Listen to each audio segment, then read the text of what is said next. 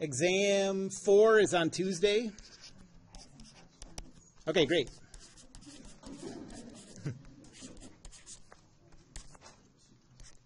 That's 11:22, I think.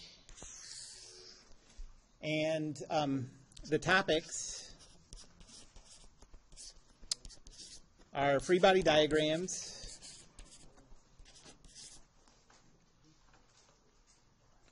Newton's second law, circular motion,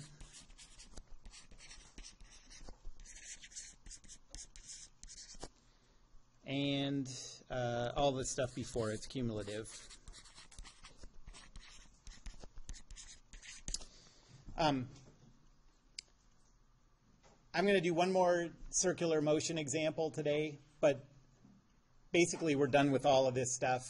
We're just moving on to new material. So if anybody has any questions related to the exam, I'd be happy to answer those, starting with Tessa, who was at lab and class. Good job, Tessa. Thanks. So on Newton's laws, we do number 4 and Yeah. number 9. Okay. Do you want the sheet? Yeah, please. Okay.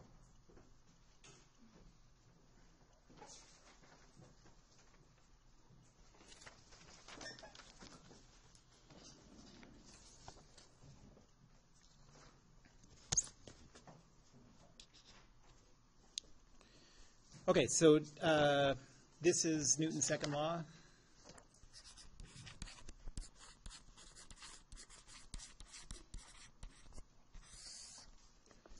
Number 4.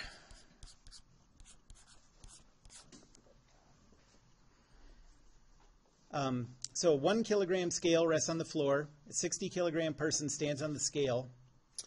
Draw a picture of what's going on. So there's the scale, there's the floor, and then there's a person on the scale.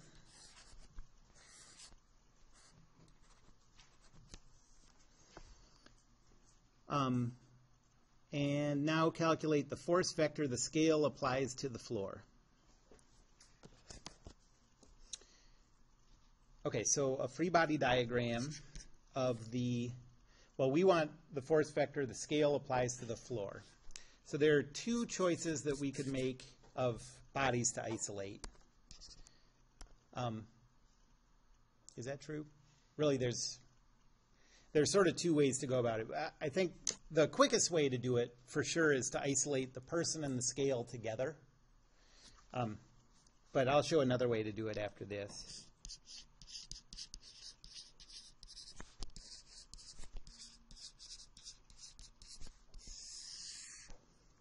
Okay, so free body diagram. There's the person.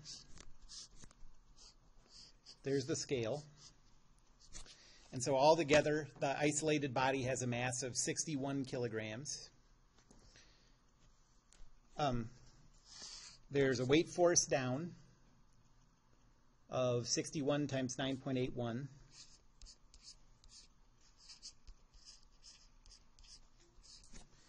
And there's a pushing force up from the floor. I'll call that N.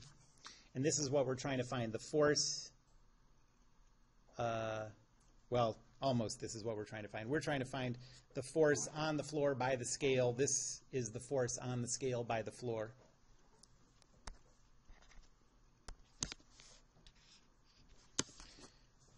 All right, so Newton's second law says, can someone calculate 61 times 9.81? Go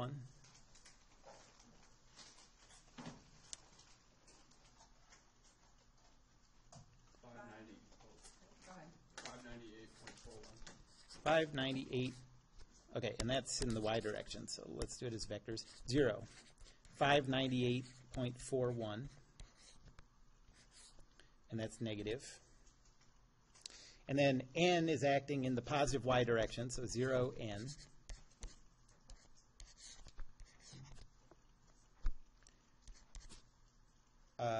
And then that's equal to the mass, 61, times the acceleration. What's the acceleration of this system?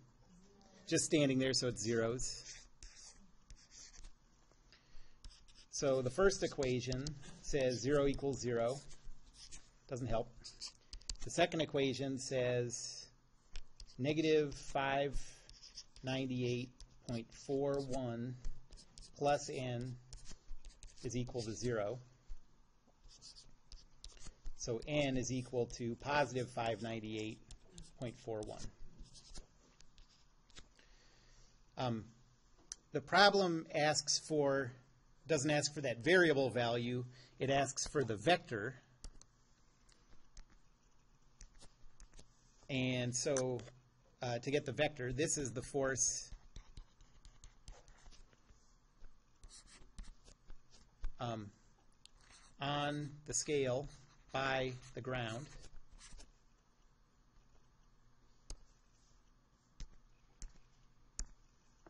And so we'll plug this back in here, and the force on the scale by the ground is equal to 598.41.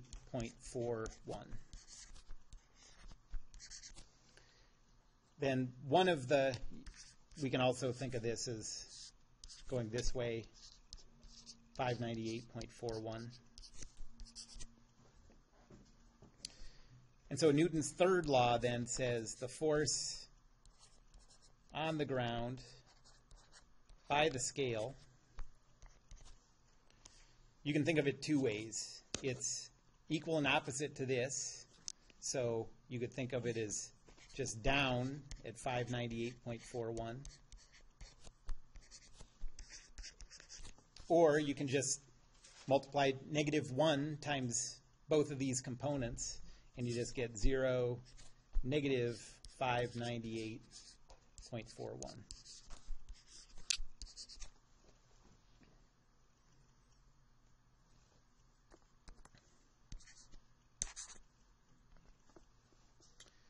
All right, so what if it hadn't occurred to you to isolate both of those two things together?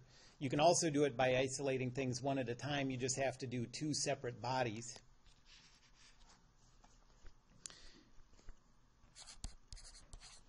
So here's another worse way. But it better give us the same answers, or everything I've been telling you is a lie.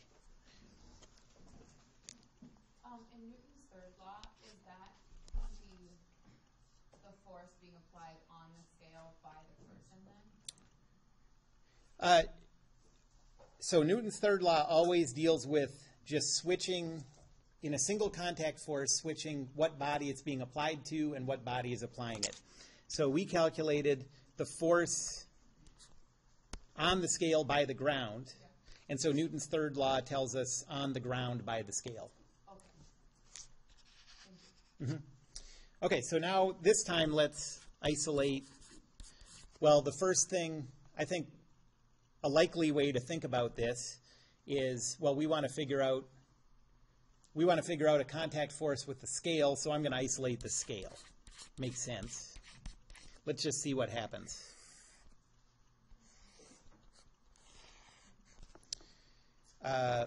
There's a weight force. The scale has a mass of 1 kilogram.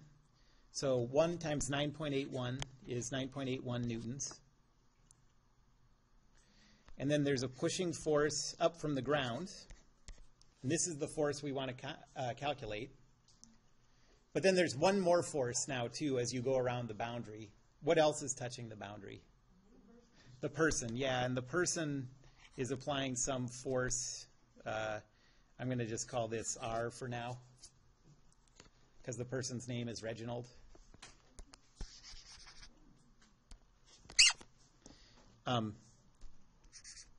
So Newton's second law says 0, negative 9.81 plus 0, negative R plus 0, N is equal to the mass times 0. It's not moving.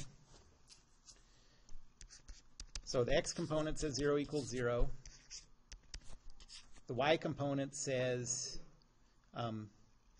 negative 9.81 minus r plus n equals 0. Okay, so this tells us something, but we can't solve for anything yet. So we can look at this equation and know that this is, we're not going to get there with this equation. We have one useful equation and two variables. So we're going to have to come up with other equations somehow. And at that point, you can say, now I'm going to isolate the man, see what happens. So free body diagram of the man.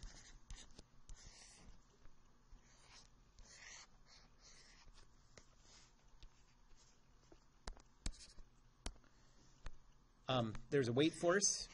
That's 60 times 9.81. So 588.6. There's a contact force with the scale. And notice that that's the same contact force as this. And so Newton's third law says, acting on the man, it's up with that same value R. Any questions about that?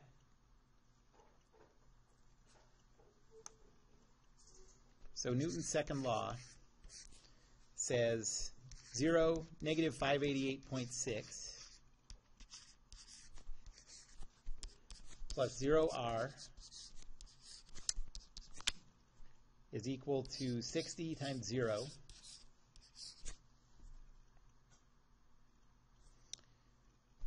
The x equation says 0 equals 0. The y equation says negative 588.6 plus r is equal to 0.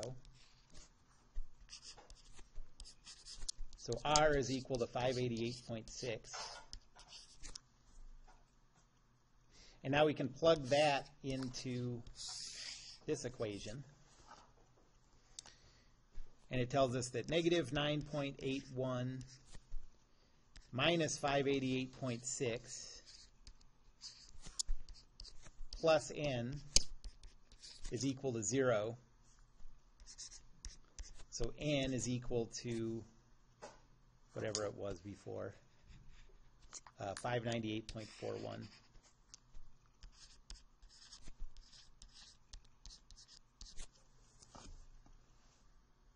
And then you can follow the same steps as before. Take that variable value, plug it into the vector, and calculate the vector that the force vector that the ground applies to the scale, and then use Newton's third law to get the force vector the scale applies to the ground.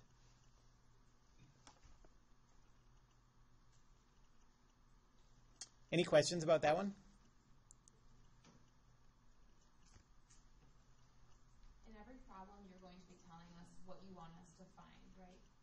Yes.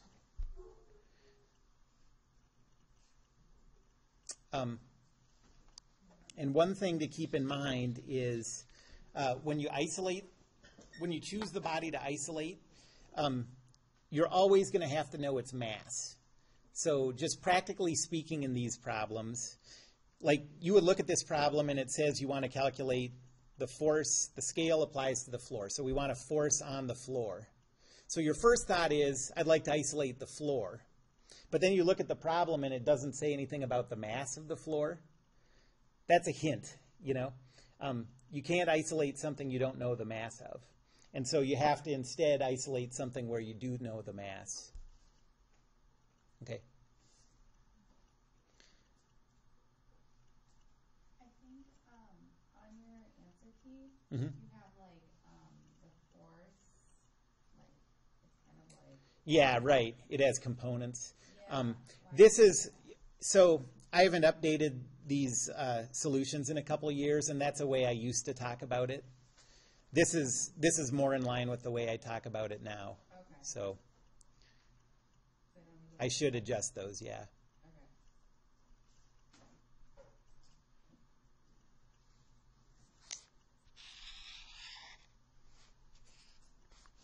And then 9 was the other one? Yep. Okay, number 9. So in this one, you have a block pressed against the wall.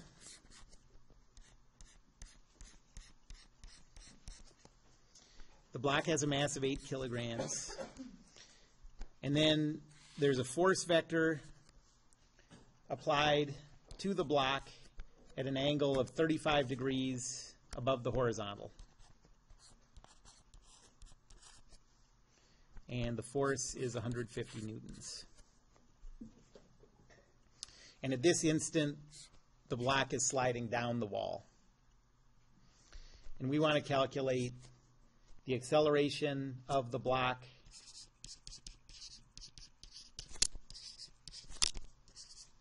with no friction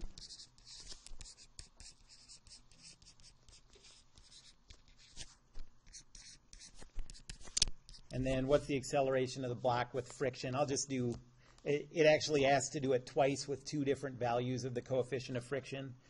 I'll just do it with the bigger one. So the coefficient of friction equal to 0.5.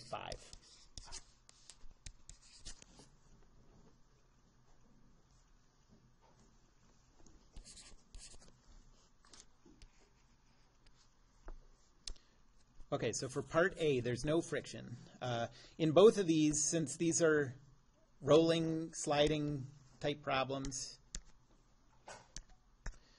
the coordinate system is going to have the y-axis pointing out of the surface. And then the x-axis is whatever direction it has to be for this to make sense. So in this case, it's like that. So the y-axis is to the left, the x-axis is up.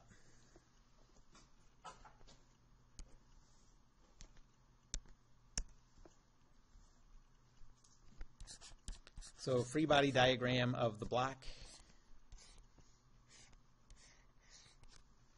I'm sorry, why does that coordinate system, why is that the only coordinate system that makes sense? Because the coordinate systems we use are all rotated versions of this one. Yeah. And so if your y-axis goes over there, your x-axis is up. Okay. If instead you put the x-axis facing down, the only way, there's no way to rotate this to make it line up that way. Okay. You'd have to rotate it and then flip it, and we don't flip them. So is the coordinate system always going to be touching the ground or the wall or whatever? Like, where's the origin? Yeah. You know, in these kind of problems, where you put the origin doesn't affect anything. Okay. So really all we're doing when we're choosing this coordinate system is choosing directions. Yeah. In 2D kinematics problems, where you put the origin does matter, but in this, it doesn't come into it. Okay, so there's a downward force, weight force, 8 times 9.81, so that's 78.48.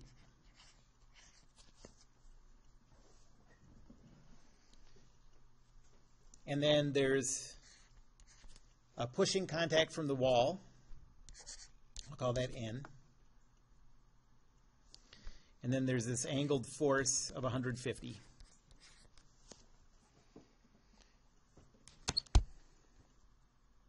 And with all of these, what we're doing is just like those vector problems. We're using the coordinate system that we've chosen.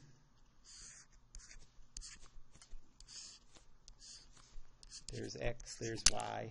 I'll just do it 3 times, one for each of these vectors.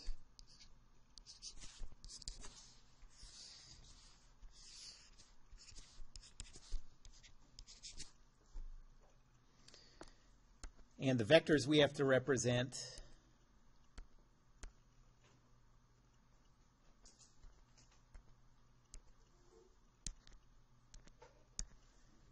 are a weight force,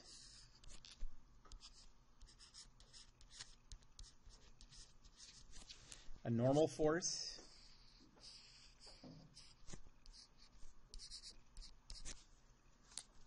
and this 150 Newton force, where this angle is 35 degrees.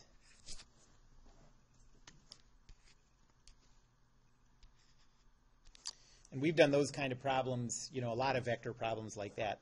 So the 78.48, that's in the negative x direction. So that would be negative 78.48 for the x component and then 0 for the y. The normal force N, that's in the positive y direction. So that's just going to be 0n like it always is in these sliding and rolling problems. And then this one is going to be 150 times the cosine of 35, 150 times the sine of 35. Yeah, you're right. I was using the old coordinate system. Thank you.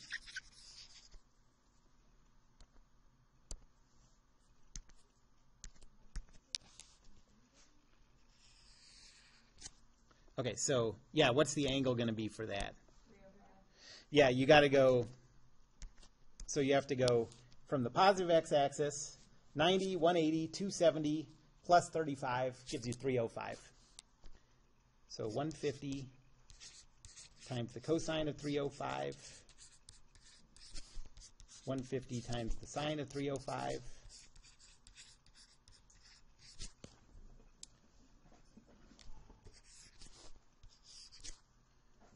and now we can put that in Newton's second law. So the weight force is negative 78.480. The normal force is 0n. This force, can someone multiply those for me?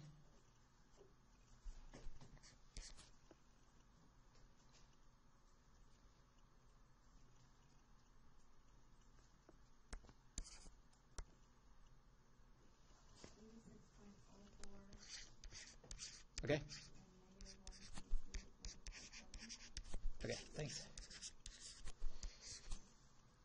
So those are all the forces, and then those are equal to the mass times the acceleration. And the acceleration in these kind of problems we always just write as a0. We know it has to be parallel to the surface, so it's only an x component.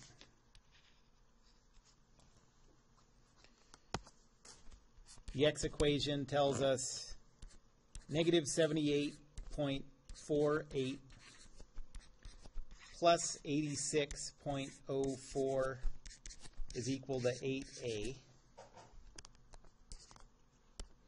And so a is equal to, can someone do that one? It's going to be about 1, right? About negative 1.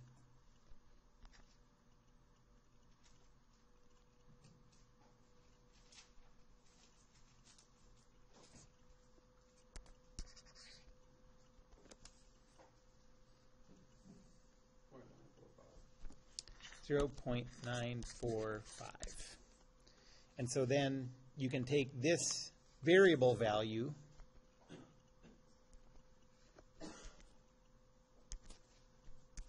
plug it back into this acceleration vector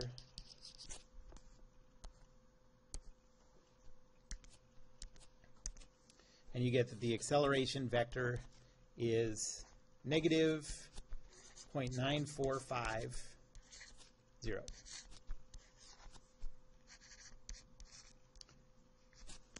Or if you want to think about the direction it's going, the positive x direction is up.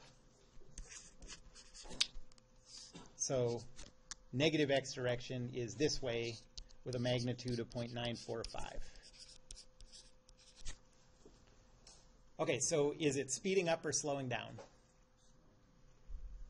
I think it said that the velocity is down, and the acceleration is in the same direction as the velocity, so it's speeding up.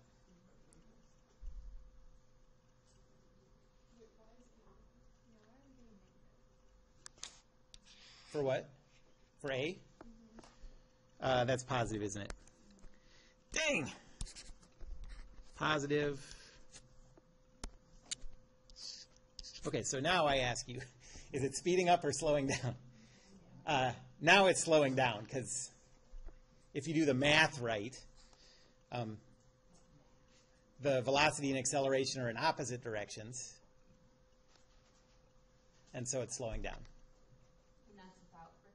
That's without friction, right? So the thing slowing it down without friction is just that 150 Newton force. All right, so now what do we expect to happen when we add friction? Yeah, right. The friction can't make it speed up, so it's going to slow down with a greater magnitude acceleration. We expect a bigger number in the positive x direction.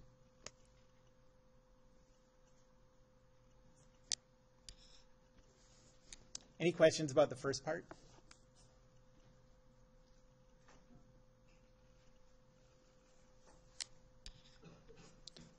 Okay, so part B.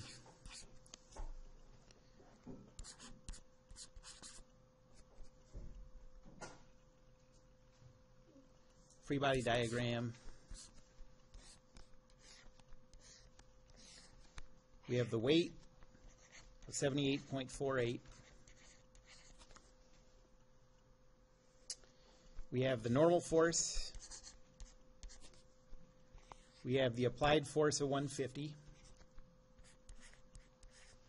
And this time we also have a friction force. The direction of the velocity is down the wall, so the friction force has to act up the wall. The coefficient of friction that I'm using is 0.5. I gave 2 in this problem, but I'm using the bigger one. So that's 0.5 times n. Don't forget to multiply the friction times the normal.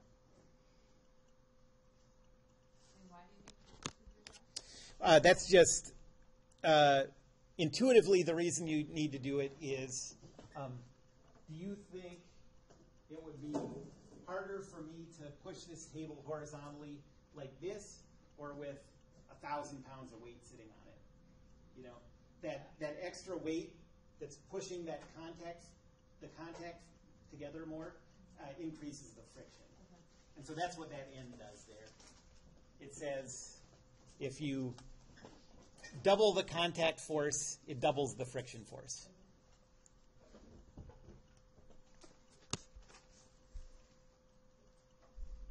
Okay, so Newton's second law says 0, negative 78.48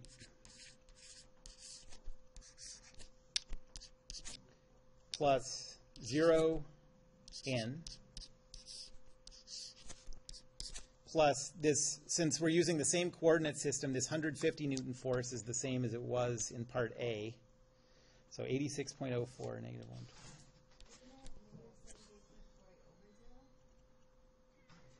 Yes, God. Sorry, I'm screwing you up on this. Okay, so 78.48 is acting in the negative x direction. Negative 78.480. Thank you. And then the 150 Newton force has an x component of, was it 86.04? And then negative 122.87.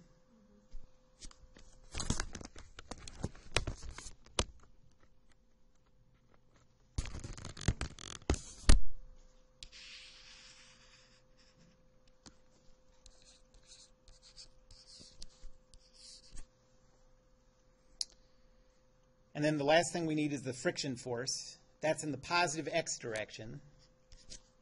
So 0.5 n 0.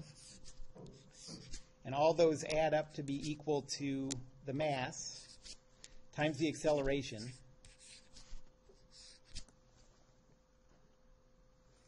So we have an x equation that says negative 78.48 plus 86.04 plus 0.5 n is equal to 8a. And a y equation that says n minus 122.87 equals 0. So in these problems with friction, we always use the y equation to solve for n, and then plug the n we get into the x equation to solve for the acceleration. So this y equation says n is equal to positive 122.87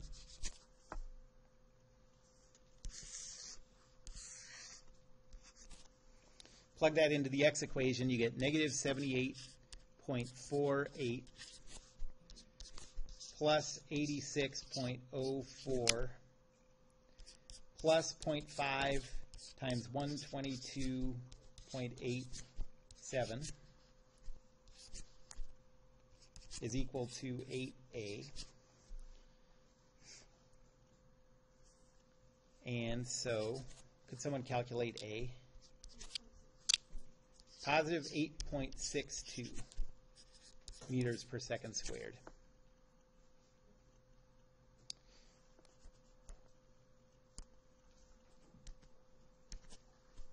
And then plug that back into the acceleration vector.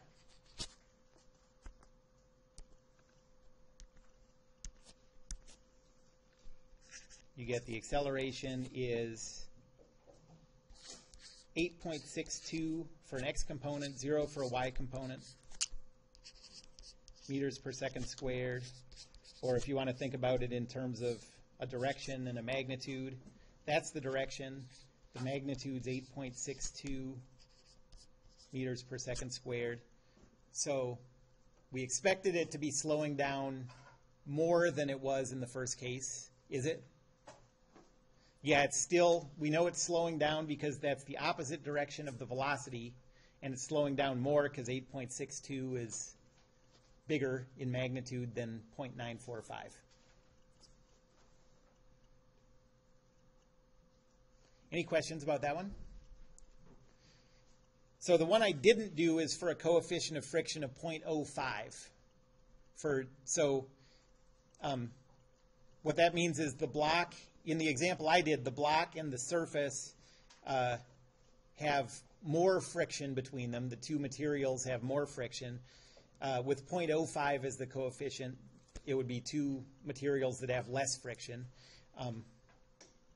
You know, like maybe this is, the wall is stone and the block is rubber or something, and then when the coefficient is 0.05, maybe the wall would be stone and the block would be steel or something. Okay, something, two materials with less friction between them.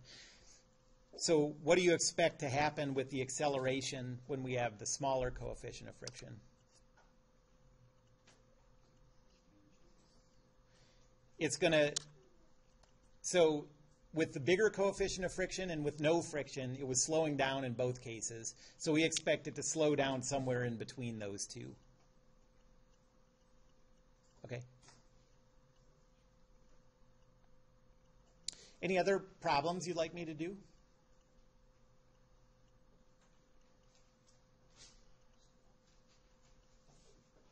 Okay. Let me do one more circular motion problem. Who was this? Tessa?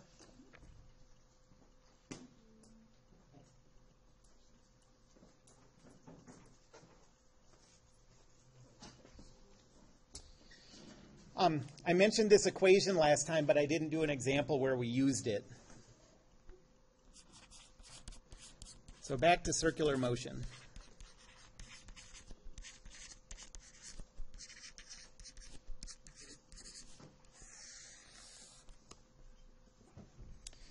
So I gave this equation that said the tangential acceleration magnitude is equal to the speed at the later instant minus the speed at the earlier instant divided by the elapsed time. And then you get the direction by thinking about whether it's speeding up or slowing down and what the direction of the velocity is.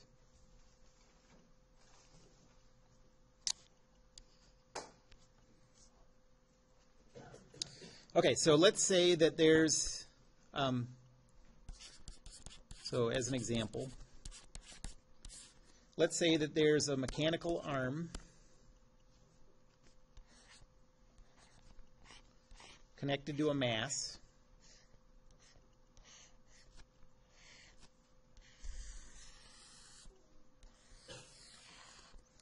And it's swinging it around in this circle.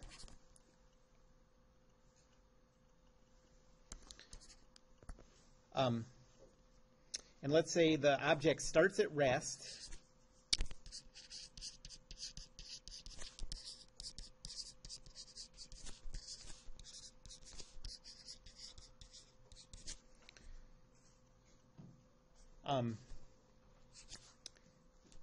And it speeds up to 5 meters per second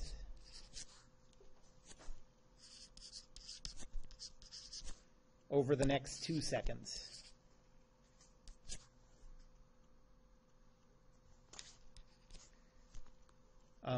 If it's in the position shown after 5 seconds, or after 2 seconds, it's in the position shown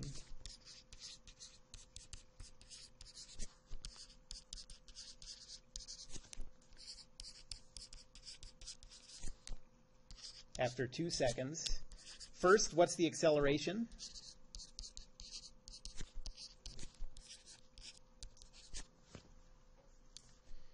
Second, what's F net?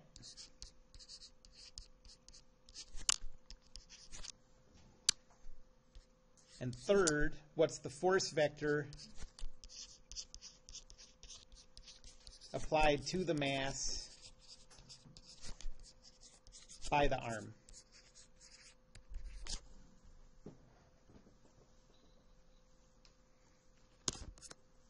Let's say this has a mass of 20 kilograms, and the radius of this circle is 3 meters.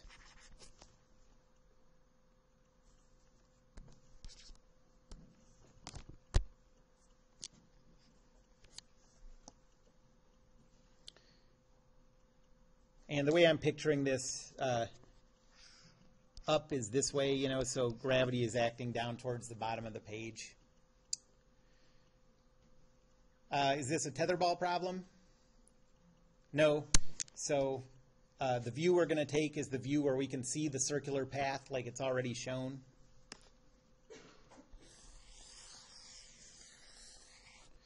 The second step is we need to choose a point on the circular path to analyze.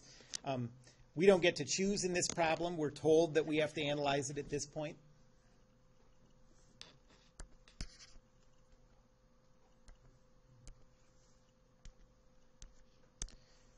Next, we have to figure out the direction of the centripetal acceleration. It's that way.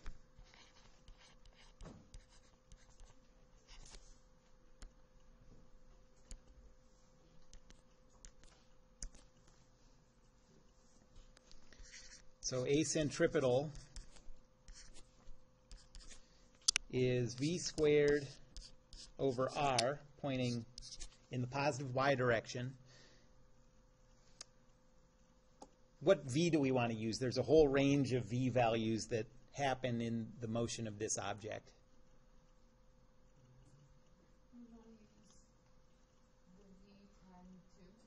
Yeah, we want to use the v exactly at the instant that we're thinking of.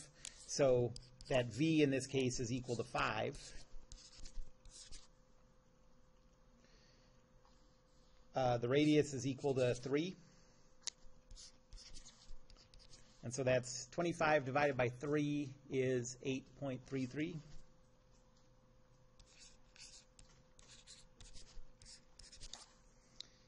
And if you put that in vector components, that's 0, 8.3 repeating, like that.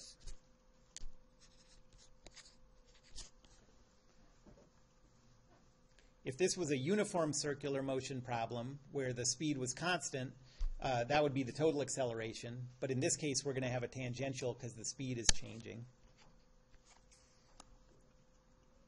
So now we have to think about the direction of the tangential acceleration.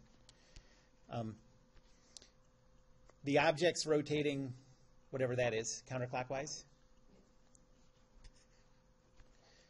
And so the velocity is this way. Is it speeding up or slowing down? Speeding up, so that means the tangential acceleration, the same thing as what we've, up until now, we've called A parallel, is in the same direction as the velocity.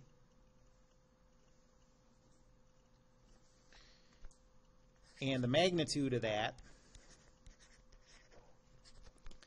is the speed at the later time, 5, minus the speed at the earlier time, 0, divided by the elapsed time, 2,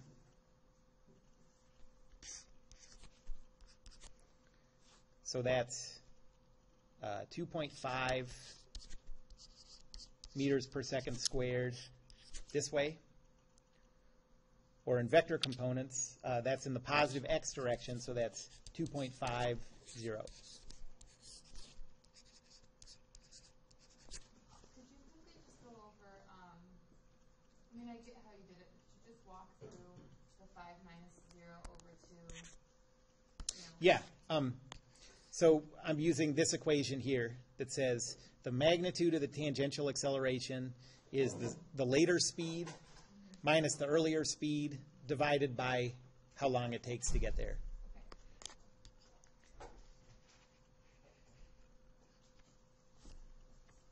So when the time started, it had a 0 velocity. Right. Yep. It says that it starts at rest, so that's 0 velocity. Or yep.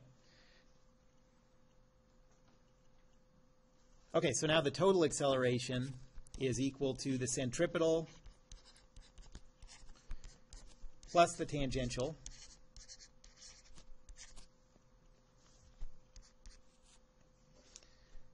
So that's 0, 8.3 repeating,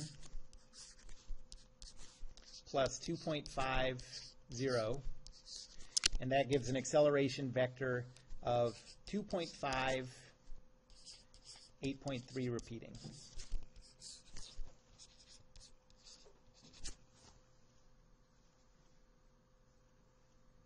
And if you want to visualize that, you can think of these two vectors being added together. We have an upward vector of 8.3, a vector to the right of 2.5, like maybe that big compared to it. And so the total acceleration vector is something like this.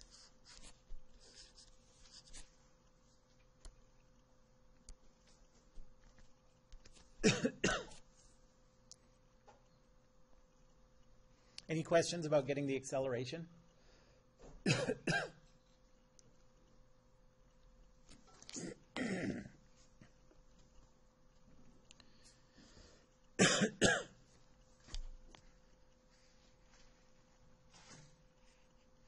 Okay, so the next thing we want to figure out is F net.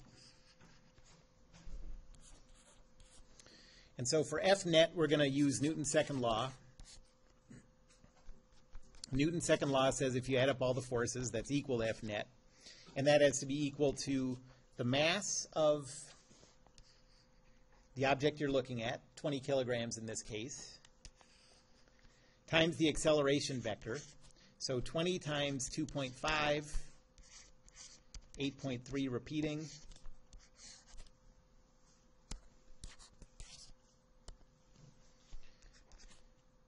And you get 50, 166.6 repeating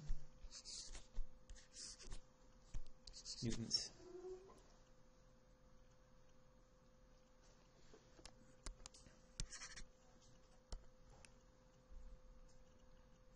Okay, but that F net is made up of two forces. It's made up of forces, it's made up of the weight force plus whatever forces are applied by the arm. So part C asks, what's the force vector applied by the arm?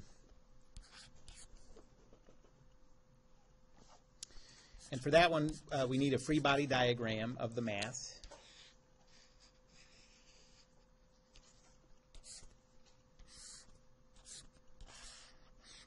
It has a mass of 20 kilograms, so the weight force is 9.81 times 20, 196.2. And then do we know anything about the direction of the force that that arm applies? Let me stop you right there. We don't. Okay, so we're going to assume that it can have a vertical force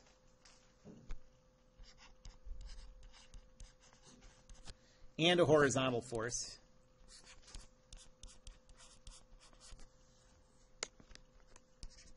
And we're just going to calculate both of those two components.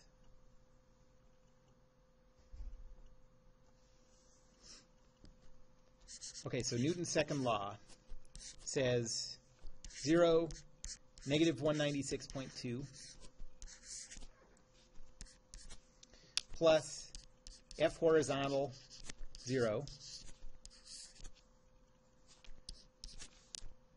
plus 0, F vertical.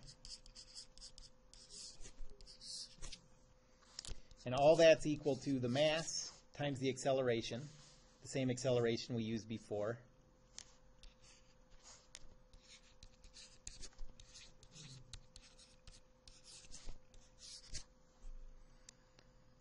So we get an X equation that says F horizontal is equal to 50.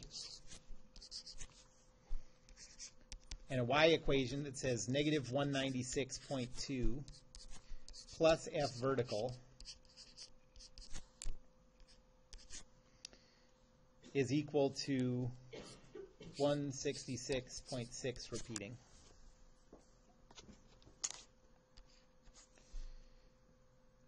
And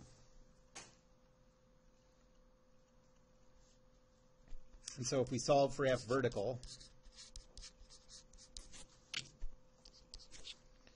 166.6 repeating plus 196.2 is, I can't do that, 362.8 newtons.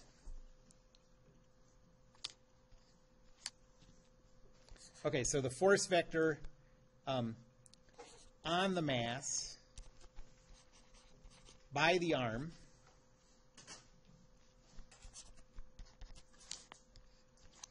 is this plus this. So it's 50, 362.8.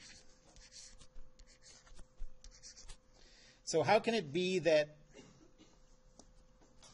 the net force, when we calculate the net force, the vertical component is less than half as big as the vertical component required by that arm?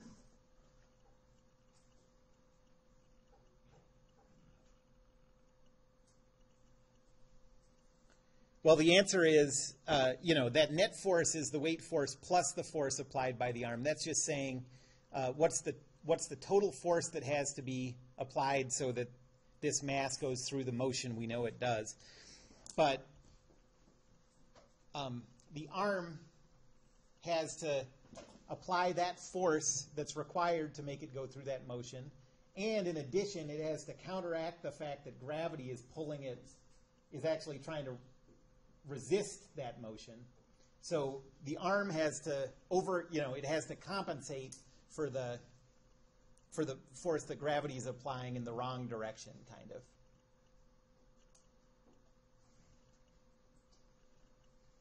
So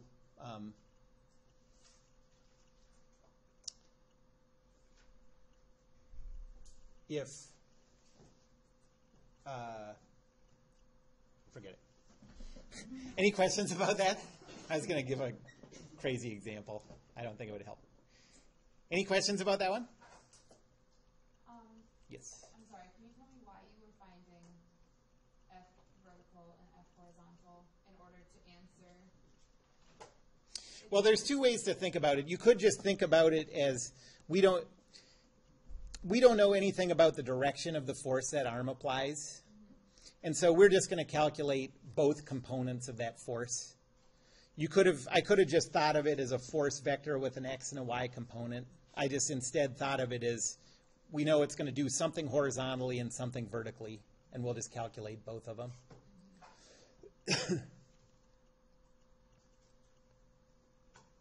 Any other questions?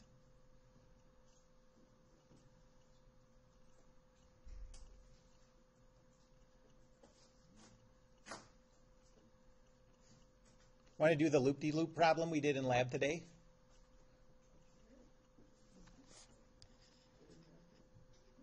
It wasn't in the lab, but, well, I mean, It's the same kind of, I hope so. I never really know.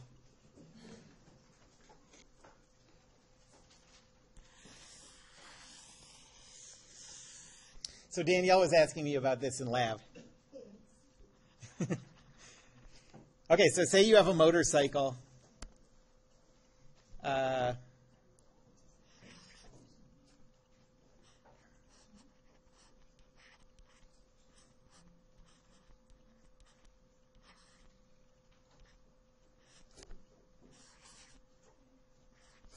Okay, so this guy's trying to do this loop-de-loop on this motorcycle. And let's say, what's a good radius for a circus, one of those like Barnum and Bailey motorcycle spheres? What do you think's a good radius of those things? 3 meters, 6 meters tall, 20 feet tall? That's probably about right, isn't it? Or is it smaller than that? Okay, 3 meters. We'll say 3 meter radius.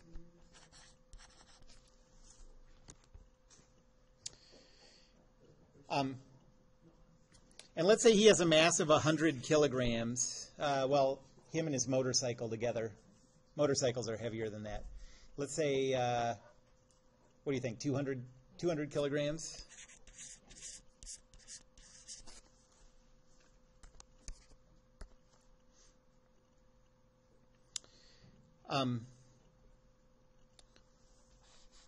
How fast does he have to be going at the top of the circle so he doesn't fall off?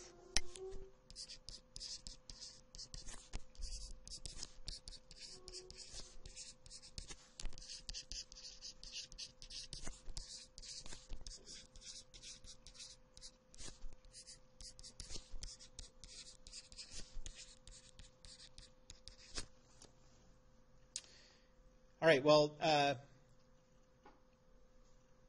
what does it mean? Like, what can we kind of hang our hat on as a definition of not falling off? What can we use mathematically to say that he doesn't fall off? So the thing that we're going to say is we're going to calculate all the forces required for him to move in this circular path. And one of those forces that's going to be applied to him is the pushing contact from the sphere, from the circle. And if that pushing contact gets to 0, we're going to say that means that he's lost contact with the surface and he falls. Okay? So at the top of the circle, that normal force has to be greater than 0.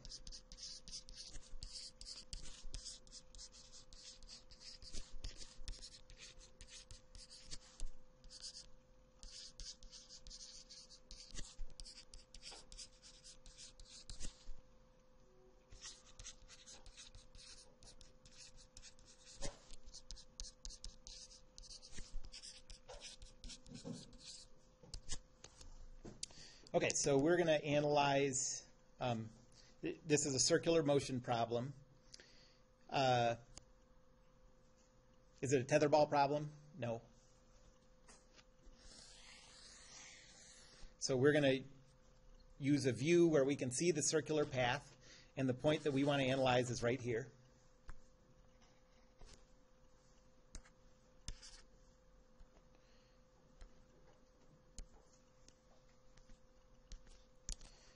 The centripetal acceleration is that way.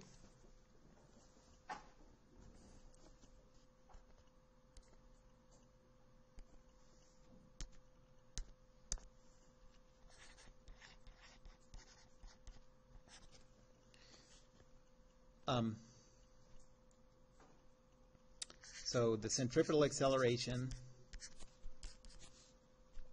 is v squared over r, pointing down. We don't know v, that's what we're trying to calculate, but we know r, so that's v squared over 3 pointing down.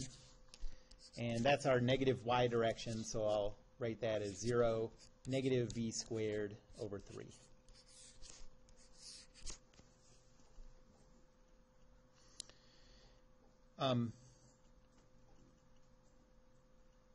It turns out that the tangential acceleration doesn't matter in this problem.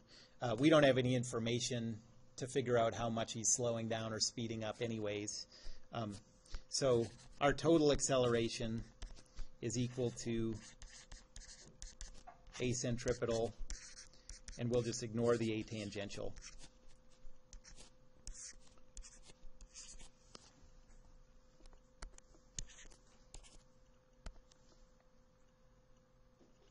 So the total acceleration is 0, negative v squared over 3.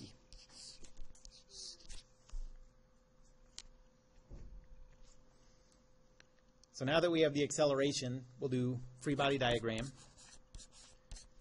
of the rider and the motorcycle.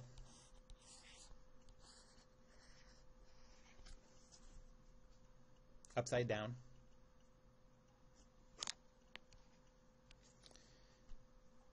There's a weight force of 200 times 9.81, so 1962.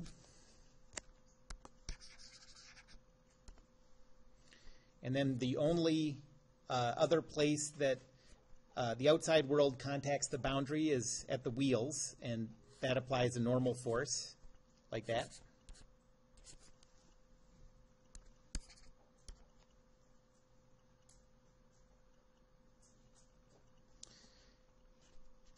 And so Newton's second law says 0, negative 1962 plus 0, negative n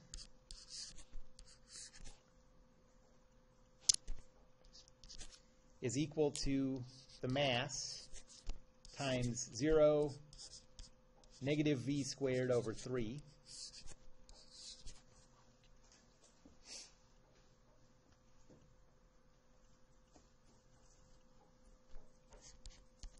The x equation says 0 equals 0.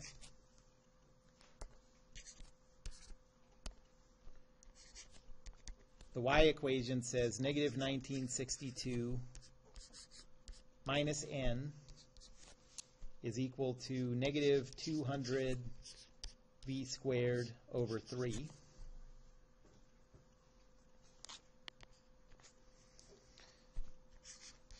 And so if I rearrange this, I get that the normal force is equal to 200 v squared over 3 minus 1962.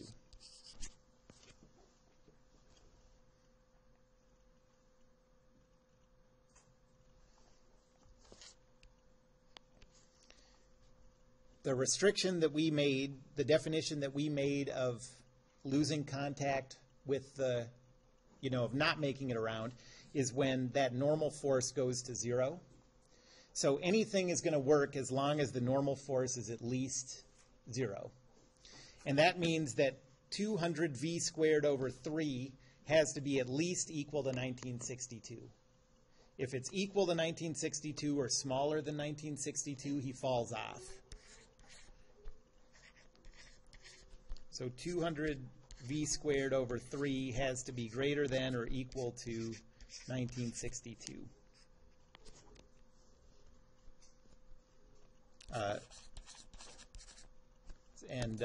Like the cutoff point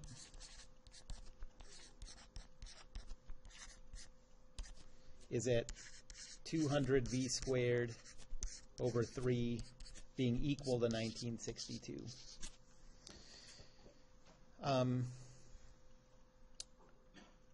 So I believe that says v squared is equal to this divided by 20 is 9.81 times 3 is 29.43. So what's the square root of 29.43? 5.42 meters per second. This is a speed, so we want the positive one. And so at the very top of the loop, in order to keep contact with the top of the loop, he has to be going 12 miles an hour or something. I mean, that seems slow. But remember, the slowest it's going to be going is at the top, because gravity's speeding it up as it goes down and slowing it down as it goes up. So down at the bottom, it's going to have to be going a lot faster than that. But up at the top, yeah, 12 miles an hour will do it.